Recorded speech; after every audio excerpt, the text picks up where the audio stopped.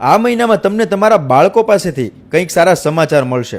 તમે એવા કોઈ લોકોને મળશો કે જેમના કોન્ટેક્ટ્સ બહુ મોટા હોય. એ પછી કોઈ સરકારી અધિકારી કે રાજનેતા પણ હોઈ શકે છે.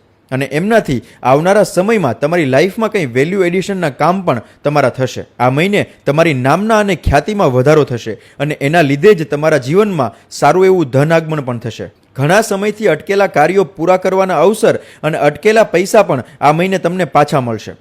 આ સમયમાં તમારા દ્વારા સમજી વિચારીને કરાયેલું રોકાણ તમને ભવિષ્યમાં સારા લાભ અપાવશે. જે લોકો વિદેશ સાથે સંકળાયેલા કાર્યોમાં હોય એમને વિદેશથી ધનલાભ થશે.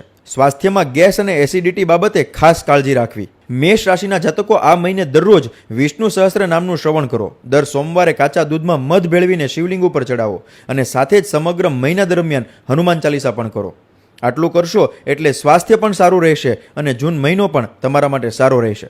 જો તમારી રાશિ પણ મેષ હોય તો કમેન્ટમાં યસ લખી દેજો અને આ વિડીયો તમામ મેષ રાશિના જાતકો સાથે શેર અવશ્ય કરજો. જય શ્રી કૃષ્ણ.